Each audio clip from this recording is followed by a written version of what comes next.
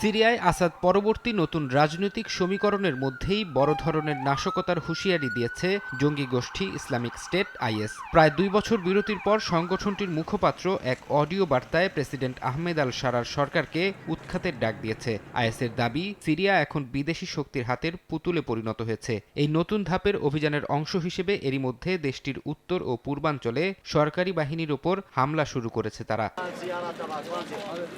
মাঠ পর্যায়ে আইএসের এই তৎপরতা এখন কেবল আর হুমকির মধ্যে সীমাবদ্ধ নেই। গত শনিবার রাক্কা ও মিয়াদিন শহরে আলাদা দুটি হামলায় সিরীয় সেনাবাহিনীর সদস্য ও বেসামরিক নাগরিক নিহতের খবর পাওয়া গেছে। গোষ্ঠীটি এরই মধ্যে এই হামলার দায় স্বীকার করেছে। সিরিয়ার সামরিক সূত্রের বরাতে বিভিন্ন আন্তর্জাতিক গণমাধ্যম বলছে, গত নভেম্বরে সিরিয়া যখন আইএস বিরোধী বৈশ্বিক জোটে যোগ দেয় এবং ওয়াশিংটনের সাথে ঘনিষ্ঠতা বাড়ায়, তখন থেকে এই গোষ্ঠীটি তাদের হামলার লক্ষ্যবস্তু পরিবর্তন করে নতুন সরকারকে টার্গেট করতে শুরু করে। জাতিসংঘের সন্ত্রাসবাদ বিরোধী দপ্তরের এক সাম্প্রতিক প্রতিবেদনে উঠে এসেছে চাঞ্চল্যকর তথ্য।